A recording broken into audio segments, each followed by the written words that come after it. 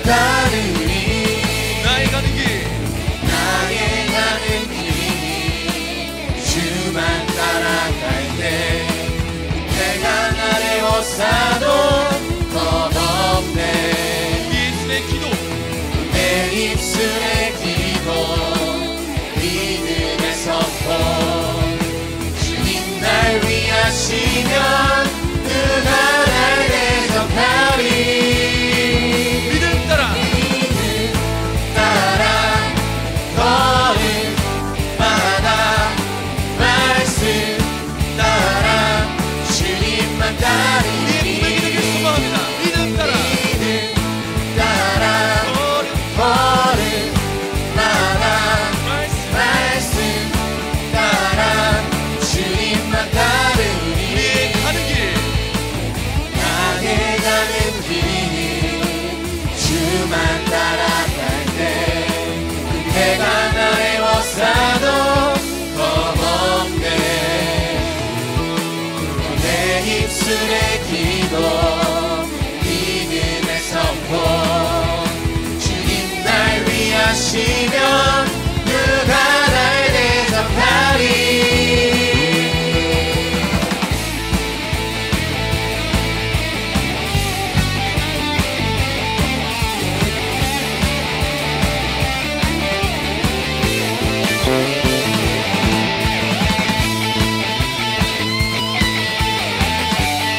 이번에 찬양할 때는 우리 뒤에 있는 워시팀을 따라하면서 함께 찬양해봤습니다. 네, 우리 뒤에 있는 워시팀에서 함께 따라합니다. 믿음 따라 걸음마다 말씀 따라 주님만 따르리. 믿음 따라 믿음 따라 걸음마다 말씀 따라 주님만 따르리. 믿음이 모든 것을 이기네. 무엇이 이깁니까? 믿음이 모든 것을 이기네. 다시 한번 고백합니다. 믿음이 모든 것을 이기네. 믿음이 모든 것을 이기네. 믿음이 모든 것을 이기네. 무엇이냐고요? 믿음이 모든 것을 이기네. 믿음 따라 걸음마다 말씀 따라 주님만 따르리. 다시 한번 믿음 따라 걸음마다 말씀 따라 주님만 따르리. 우리 주님만 따르다고 고백합니다. 주님만 따르리. 주님만 따르리. 주님만 따르리. 주님만 따르리. 마지막으로 함께 고백합니다. 주님만 주님만 따르리. 주님만 따르리. 주님만 따르리. 주님만 따르리. 할렐루야 아멘. 이 고백이 되길 소망합니다. 믿음 따라 또 주님을 따라가는 우리 모든 공동체 되길 소망합니다. 제가 최근에 읽었던 책 중에 인상 깊은 책 한 권이 있습니다. 제목이 세상에서 가장 긴 행복 탐구서입니다. 그 책은 하버드 대학교 의과대학 정신과 교수 로버트 월딩거 교수를 중심으로 쓰여진 책입니다. 책의 내용은 미국 보스턴에서 진행된 하버드 성인 발달 연구라고 하는 연구 프로젝트의 결과입니다. 그 연구의 주제는 사람이 오래오래 건강하고 긍정적이고 행복하게 좋은 인생을 살기 위해서 가장 중요한 것이 무엇일까 하는 것이었습니다. 많은 사람들은 돈이나 직업이나 유명해지는 것이나 아니면 여행을 많이 다니는 것 등으로 생각을 합니다. 그래서 더 좋은 인생을 살기 위해서 잠자는 시간까지 줄이면서 열심히 일을 하지요. 그럼 과연 진정 좋은 삶은 그런 것들로 만들어지는 것일까요? 과연 무엇이 좋은 인생, good life를 만드는 것일까요? 이 질문에 대해서 과학적인 연구를 한 것이 하버드 성인발달 연구입니다. 이 연구는 책의 제목이 보여주듯이 정말 아주 세상에서 가장 긴 연구 같습니다. 왜냐하면 1938년에 시작해서 최근까지 장장 85년이나 이 연구가 걸렸기 때문입니다. 처음에는 다양한 계층과 지역의 724명의 사람들을 연구하기 시작했습니다. 그리고 그들뿐만 아니라 그들의 자녀, 손자, 손녀까지 3대에 걸쳐서 어릴 때부터 인생의 마지막 순간까지 인생 여정을 추적하며 연구 결과를 분석해 보았습니다. 자, 그럼 그 연구가 과연 결론을 찾아냈을까요? 행복에 대한 과학적인 연구가 가능한 것일까요? 분명한 답을 찾았습니다. 그 답은 바로 친밀한 인간 관계였습니다. 건강하고 만족스럽고 행복한 인생을 만들어주는 것은 돈도 아니고 명예도 아니었습니다. 다양한 사람들은 모두가 다 난관으로 가득 차고 복잡한 인생을 살고 있었습니다. 사랑이 가득할 때도 있었지만 고통스러울 때도 있었습니다. 하지만 그러한 인생의 과정 속에서도 좋은 삶, good life, 행복한 삶을 누리는 비결은 친밀한 인간관계였다는 것입니다. 다른 말로 말하면 내가 지치고 힘든 순간에 서로 손을 잡아줄 사람이 있는가 하는 것이 건강하고 좋은 삶을 살아가는 힘이었다는 것입니다. 즉, 관계의 망이 좋은 삶을 결정짓는다라고 하는 것이 그 과학적 연구의 결과였습니다. 저는 그 책을 읽어보면서 이 하나의 그 행복에 대한 과학적 연구였는데요, 그 결과를 보면서 놀라지 않을 수가 없었어요. 왜냐하면 그 과학적 연구의 결론이 너무나 복음적이고 성경적이었기 때문입니다. 성경은 66권 전부가 모두 관계에 대한 말씀이지 않습니까? 하나님과 우리의 관계, 우리와 우리의 관계입니다. 바로 십자가가 그것을 시각적으로 명확하게 보여주고 있습니다. 태초에 관계가 있었습니다. 관계라고 하는 것은 태초부터 있었던 것입니다. 그럼 우리가 이 관계라고 하는 것이 태초에서부터 있었다는 것을 어떻게 알 수가 있을까요? 이 세상을 창조하신 하나님 자신이 관계 속에 계시기 때문입니다. 보실까요? 마태복음 3장 16절로 17절에 보면 다음과 같이 기록되어 있습니다. 예수께서 세례를 받으시고 곧 물에서 올라오실새 하늘이 열리고 하나님의 성령이 비둘기같이 내려 자기 위에 임하심을 보시더니 하늘로부터 소리가 있어 말씀하시되 이는 내 사랑하는 아들이요 내 기뻐하는 자라 하시니라. 아멘. 예수님이 지금 세례를 받으시는 장면이잖아요. 여기에 보면 예수님이 세례를 받고 계시는데 그 세례를 받으시는 하나의 사건 속에 성령이 비둘기처럼 내려오시고 계시고 하나님의 음성이 들려오고 있습니다. 여기 하나님도 나오고 아들 예수님도 나오고 성령님도 나오고 계시죠. 이 말씀을 보더라도 성부, 성자, 성령은 때려야 뗄 수 없는 관계 속에 계시는 것입니다. 이렇게 하나님은 홀로 계신 분이 아니라 태초부터 성부, 성자, 성령으로 하나를 이루셔서 사랑의 교제와 공동체를 이루고 계십니다. 그래서 태초에 관계가 있었다, 그렇게 말할 수 있는 것입니다. 바로 이 관계 속에 인생의 행복의 비밀도 들어있고 어떻게 하면 더 좋은 공동체를 만들 수 있을까, 어떻게 하면 더 좋은 가정, 더 좋은 교회, 더 좋은 사회를 만들어갈 수 있을까 하는 그 모델도 들어있고요, 우리가 무엇을 위해서 살아야 할까 하는 우리의 사명도 있습니다. 삼위일체 하나님은 사랑의 하나님이십니다. 성부, 성자, 성령께서 태초부터 관계 속에 계신다는 것을 신학적인 용어로 말하면 트리니티, 삼위일체입니다. 성부, 성자, 성령의 세 위격이 한 분 하나님을 이루고 계신다는 것입니다. 금년 6월 달에 돌아가신 세계적인 조직신학자 위르겐 몰트만 박사님은 삼위일체 하나님은 무엇보다 하나님이 사랑의 하나님이심을 보여주는 것이라고 강조하셨습니다. 하나님 자신, 성부, 성자, 성령, 그 하나님 자신이 가지고 계시는 관계는 무엇보다 사랑의 관계라고 하는 것입니다. 그렇다면 이 하나님의 사랑이 어떤 사랑인지, 그 사랑이 보여주는 구체적인 사랑의 모습은 어떤 것인지 우리가 어떻게 알 수가 있을까요?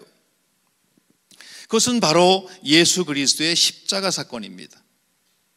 오늘 본문 말씀을 보시겠습니다. 먼저 로마서 5장 6절 말씀입니다.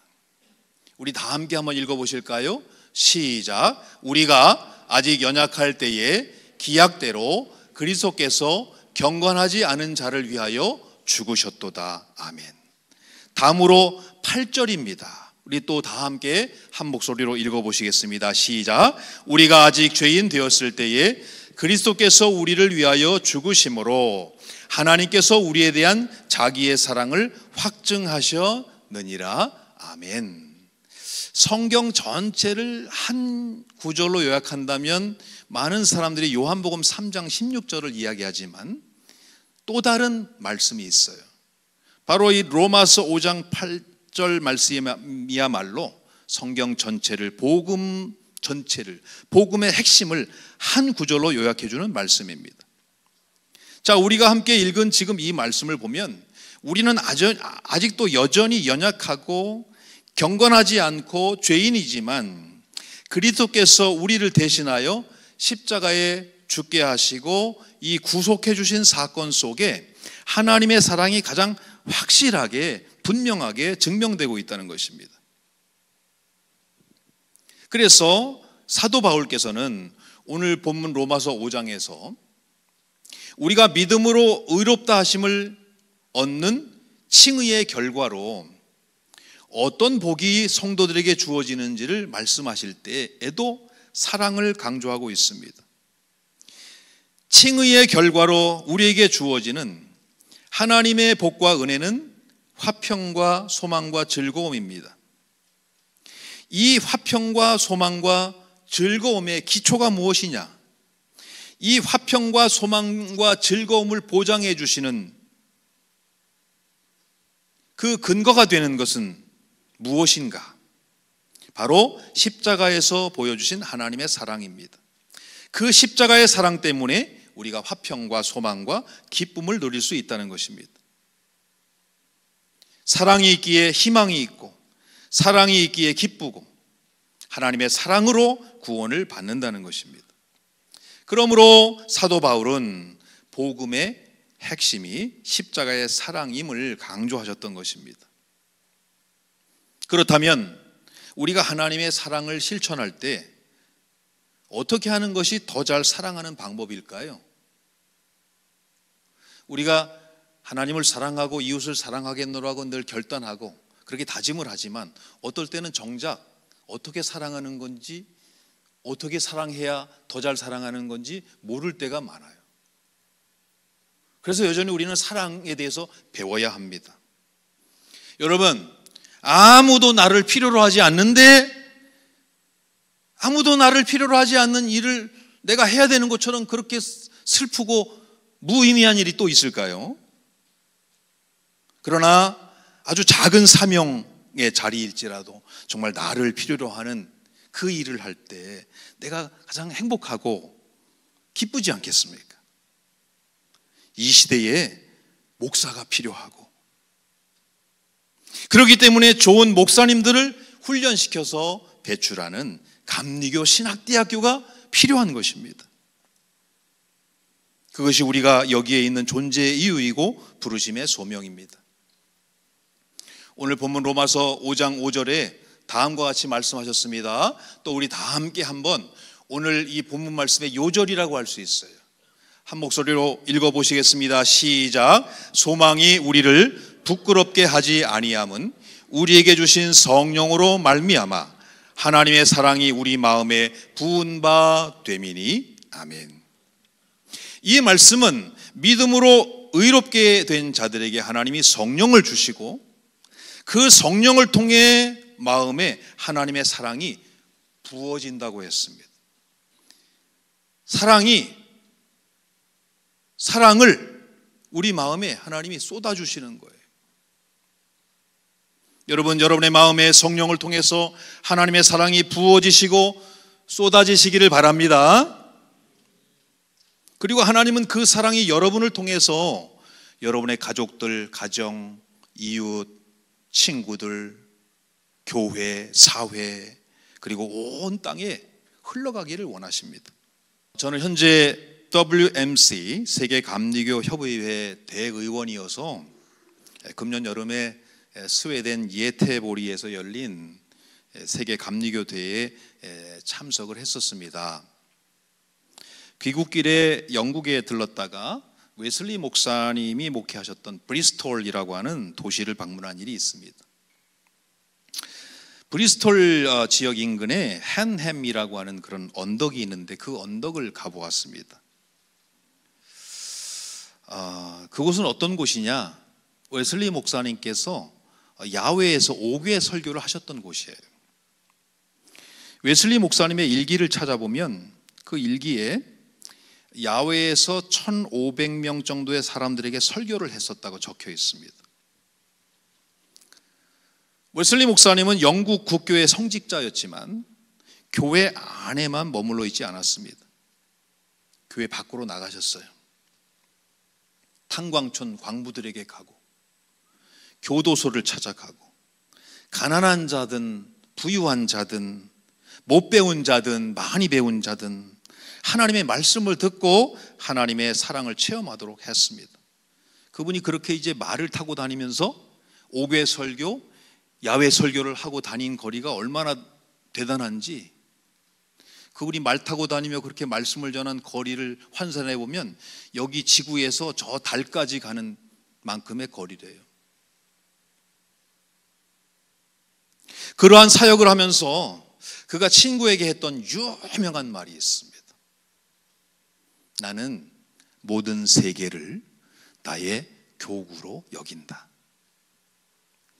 여기에서 바로 이 채플 앞에 써 있는 The world is my parish, 세계는 나의 교구다라고 하는 말이 여기서 나온 거예요.